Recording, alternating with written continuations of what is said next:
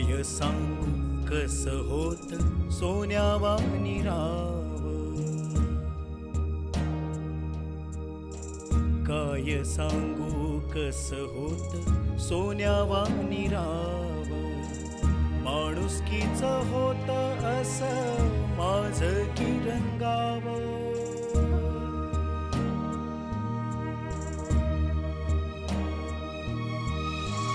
माणसांचा माझ्यात नाही तिथठा, जमिनीला आला बघा आभाळाचा भाव,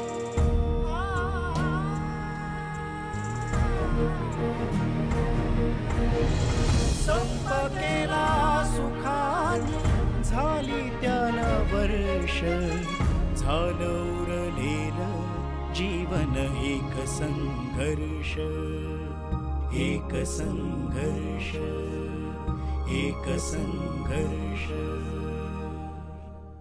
काय पण बोल भाई, तुझा सिक्स सेन्स आहे ना एकदम बरोबर आहे. एक मिनिट, तुम्ही म्हणालत ना इथे कोणी नाही, मग हे पाकिट कुठून आलं? हे बघा, हे बघा. माझ्यावर विश्वास नाहीये तुमचा. चेक करते. अरे अरे आपल्या राजूचं पाकिट आहे. मला माया हवी आहे. मायाला नक्की माहिती आहे राजू कुठे येते. ठीक आहे बॉस, काळजी करू नका, मी शोधतो तिला.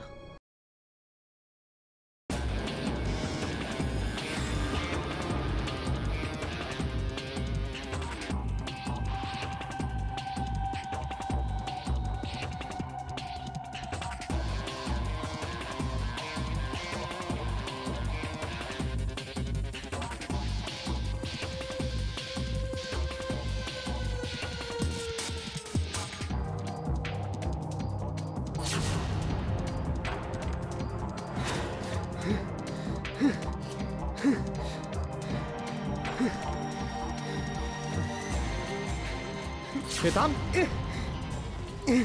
झालं पळून.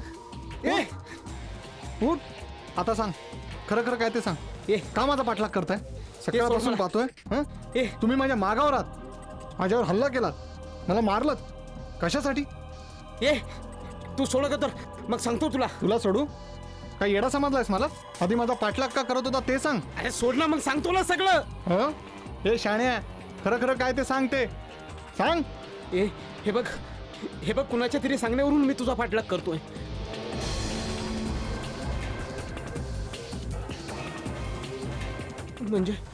म्हणजे तुला ठार मारण्याचा माझा हेतू नव्हता. माझ्या बॉसला तू हवा होतास, तुला पकडून त्याच्यासमोर उभा करायचंय, एवढंच माझं काम आहे. कोण आहे तुझा बॉस? नाव काय त्याचं? नाही, मला त्याचं नाव माहिती नाही. हे त्या बॉसकडे काम करतोस आणि त्याचं नाव माहिती नाही तुला? सांग खरं. अरे नाही रे, खरंच नाही माहिती. तो नेहमी बुरख्यात असतो. मी आजपर्यंत फक्त त्याचा आवाज ऐकलाय, मला त्याचं नाव माहिती नाहीये. येडा बनवतोस काय? खरं काय ते सांग, नाही तर मला दुसरा मार्ग शोधावा लागेल. सांग. अरे चल. मला तर अजूनही कळत नाहीये की नक्की चाललंय तरी काय. मी या सगळ्यांमध्ये अडकायलाच नको होतं. माझ्याकडून जे घडलंय त्याची शिक्षा तर मला होणारच आहे, पण हे सगळे कोण आहेत आणि माझा पाठलाग का करतायत हेच कळत नाही. त्यात आता माझे मित्र इथेच आले, त्यातील एकाने तर मला पाहिलंय सुद्धा. त्यांना हे सगळं समजलं तर नाही, असं नाही होणार. मला त्यांच्यापासून अजून दूर जायला हवं.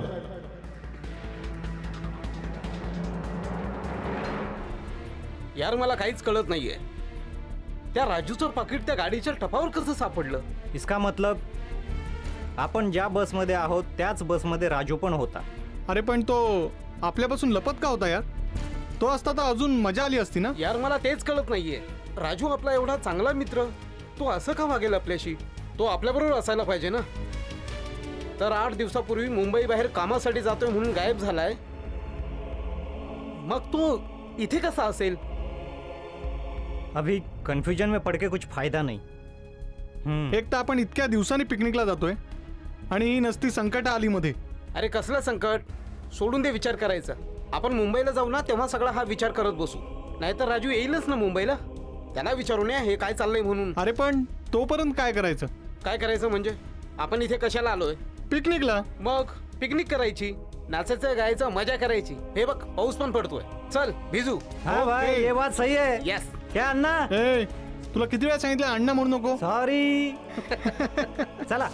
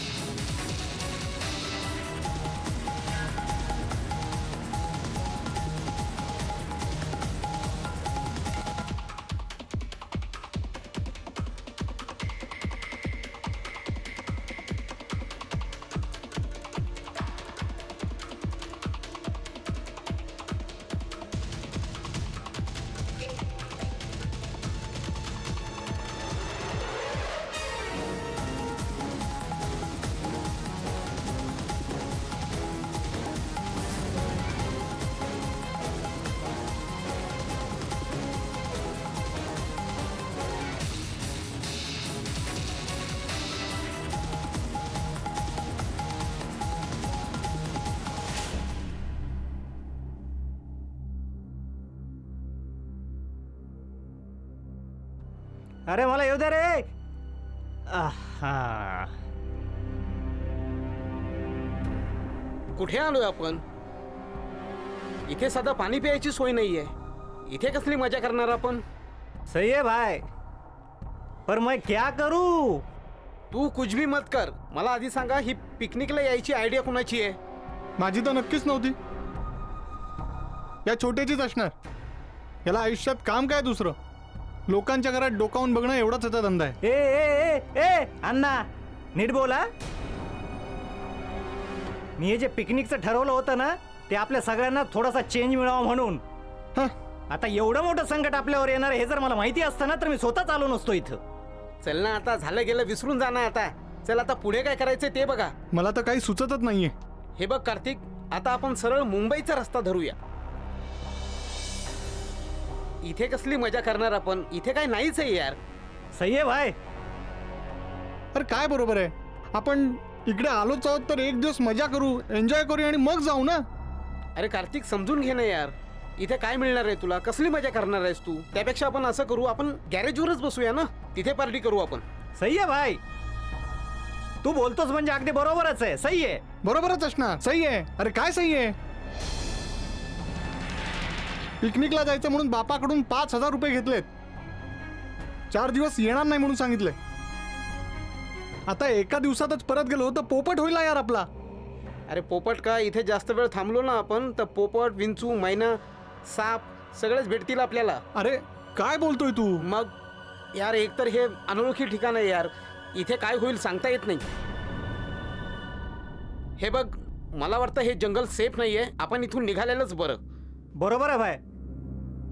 ते बघ जवळच एक रस्ता दिसतोय. आपण त्या रस्त्याच्या दिशेने चालत जाऊया, मग डायरेक्ट मुंबई. ठीक आहे, चला मुंबईला. आता कसं बोललास? चल चल चल चल चल. चल. जीवन एक संघर्ष. काय हे जिकडं वाचाव तिकडं खंडण्या, मारामाऱ्या, खून. काय होणार आहे या नवीन पिढीचं काही कळत नाही बाबा. ते तरी काय करणार म्हणा. नोकऱ्या नाहीत, बेकारी वाढतीये, गुन्हेगारी वाढणारच. त्याच्यामुळे अहो कुणाशी बोलताय तुम्ही? अरे तू आलीस? कधी आलीस तू? हे काय आत्ताच? खूप उशीर झाला तुला. का ग? अहो काय करणार, बाजारात एवढी गर्दी होती ना, धड चालताही येत नव्हतं. त्यात ती लग्नाची वरात. मग चांगलीच पंचायत झाली असणार तुझी. काय तो बाजाराचा रस्ता आधीच एवढूसा, त्याच्यामध्ये ती छोटी छोटी दुकानं, फुटपाथवर फेरीवाले आणि त्यातून वरात. या गर्दीच्या ठिकाणी हे वरात का काढतात मला कळतच नाही. जाऊ दे हो, आधीच जागा कमी, त्यात आपल्या ओळखीचं लग्न होतं. आपल्या ओळखीचं? कोण होतं ग? आपल्या रितेशचा मित्र अभय. अभय? मी ओळखत नाही त्याला बहुतेक. अहो ओळखता तुम्ही? कोण अभय? आता आपल्या रितेशचे मित्र काय कमी आहेत का? असो, त्याचं लग्न होतं. शाळेत असताना इतका लाजरा होता ना तो. अहो आठवतंय का तुम्हाला, मागच्या वर्षी सत्यनारायणच्या दिवशी आला होता आपल्याकडे. लग्नात किती रुबाबदार दिसत होताच. आपला रितेश सुद्धा असाच रुबाबदार दिसेल नाही? आलं लक्षात. दिनेशच्या लग्नात काही हाऊसमौस करता आली नाही ना आपल्याला. तुला त्याचं लग्न अगदी थाटामाटात करून द्यायचं होतं. असं आपण आपल्या रितेशचं लग्न मात्र धूमधडाक्यात करूयात. अहो मग त्या दृष्टीने काही हालचाल नको का करायला? रितेशला प्रिया पसंत आहे, त्यांच्याकडून होकार आहे. तुम्ही काही फोन वगैरे केलात का त्यांना? नाही हो, मी काय फोन बिन नाही केला. अगं त्यांचाच फोन आला होता, लग्नाची तारीख लवकरात लवकर काढा, जवळचा मुहूर्त शोधा म्हणून. अहो मग काय सांगितलं? नाही ग, अजून नाही केला फोन. करू ना, आज उद्यामध्ये फोन करू, वाटल्यास त्यांना पुन्हा भेटायलाही जाऊ. सगळ्यांचा विचार घ्या आणि कळवा त्यांना तसं. उगा शुभ कार्याला उशीर कशाला करायचा मी म्हणते. बरं बाई. बोलत काय बसले मी, स्वयंपाक करायचे मला. थांब ग जरा वेळ. स्वयंपाक काय चुटकी सरशी होईल. वाटल्यास मी मदत करतो तुला आज. तुम्ही काही नको. इतक्या वर्षात कधी हात लावायला दिलाय का स्वयंपाकाला मी? अगं म्हणूनच म्हणतोय, इतकी वर्ष मी आपलं कामावर जायचं म्हणून आता घरातच असतो ना. मी मदत करेन तुला. चल. काही नको, तुम्ही बसा, मी करते स्वयंपाक. बा बसा. मग घोटभर चहा टाक जरा आधी.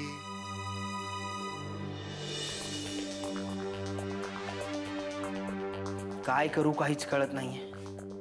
बाबांनी माझी पंचायत करून टाकली.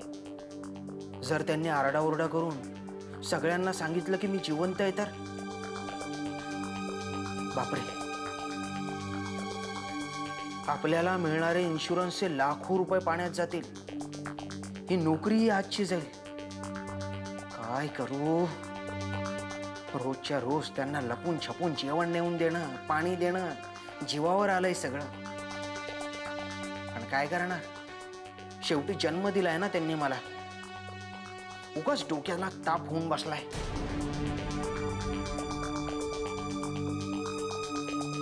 घे चहा. नकोय मला.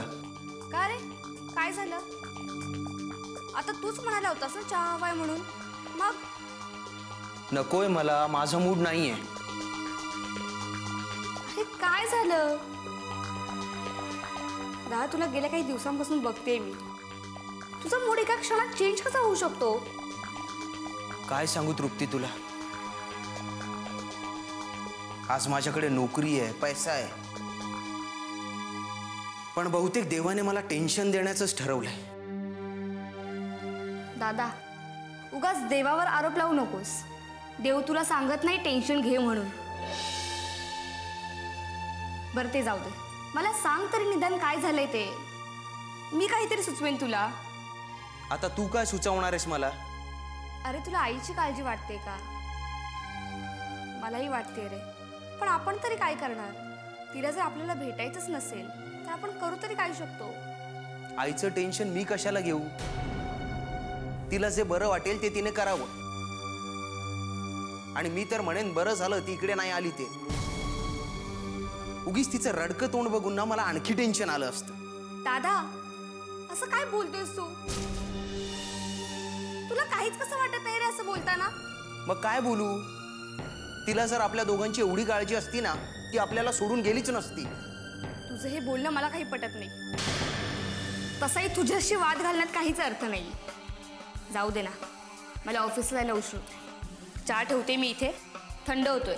प्यायचं असेल तर पिऊन घे. येते मी. आता तुला कसं सांगू तृप्ती, आपला बाप डोक्यावर येऊन बसलाय ते. जीवन एक संघर्ष.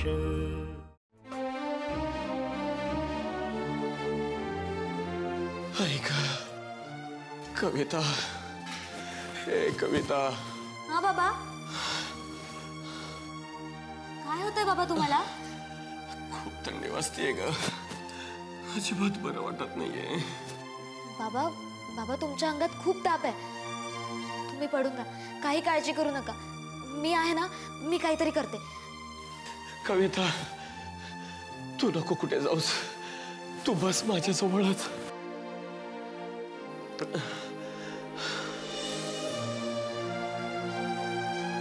काय करू आता, इतक्या लवकर दवाखाना सुद्धा उघडत नाही. बाबांचा ताप तर खूप वाढत चालला. राजू पण आला नाही अजून. आज 2 महिने झाले. साधा फोन सुद्धा केला नाहीये खूप दिवसांपासून. काय करू आता मी? बाबा बाबा तुम्ही पडून राहा, मी मेडिकल मध्ये जाऊन औषध घेऊन येते लगेच. कविता मला औषध नको, तू फक्त माझ्याजवळ बस. कविता मी तुम्हाला आयुष्यात कधी सुख देऊ नाही शकलो ना. आज आयुष्यात केलेल्या चुकांचा पश्चाताप होतोय. पुढे बघ, मी परत बरा होईल आणि पुन्हा नोकरी करीन. सगळं ठीक होईल आपलं. कशाला विचार करताय तुम्ही हा सगळा? तुम्ही शांत पडून राहा. बाबा मी चहा करून देऊ का तुम्हाला थोडासा, म्हणजे बरं वाटेल तुम्हाला? नाही, मला चहा पण नकोय. अगं 2 महिने झाले, राजूचा काहीच पत्ता नाही. त्याने फोन केला होता का? हो फोन आला होता. तो आता लगेच 2 आठवड्यात येतो असं म्हणाला. 2 आठवड्याने? अगं तू का नाही फोन केलास त्याला? मी केला होता बाबा त्याला फोन, पण त्याचा फोन लागत नाहीये. नेटवर्क नाहीये. त्याची कंपनी जंगलात आहे ना, म्हणून फोन लागत नाहीये. हे बघ, आता त्याचा फोन आला ना की मला दे. मला त्याच्याशी बोलायचंय. मला देशील ना? बाबा तुम्ही आराम करा, मी पाणी भरून घेते.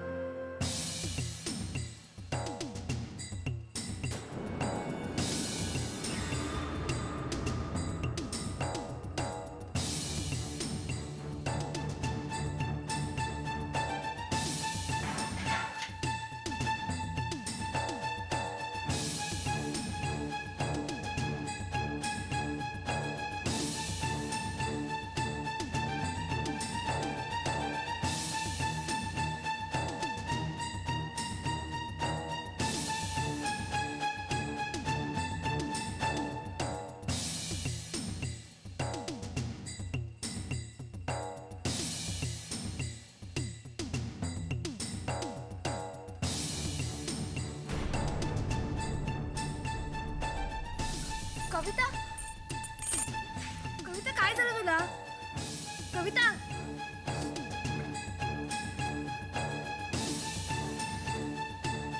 कविता, अगं बरं वाटत नाहीये का तुला? काय होतंय? 2 दिवसापासून अशक्तपणा जाणवतो.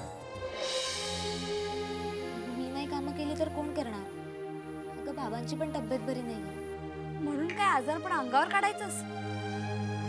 तुला जास्त लागलं असतं तर बरं तू चल बरं, आपण आता डॉक्टरांकडे जाऊया. चल. नाही नको, मी जाईन नंतर डॉक्टरांकडे. बाबांना पण घेऊन जायचं डॉक्टरांकडे, अजून आले नसते. तू जा कामाला, मी जाईन नंतर. मी ऑफिसला जाईनच ग, पण आधी आपण तुझ्या घरी जाऊया. चल बरं. जाते मी. नाही म्हटलं ना, चल माझ्यासोबत. चल. राहू दे, घेते मी, राहू दे.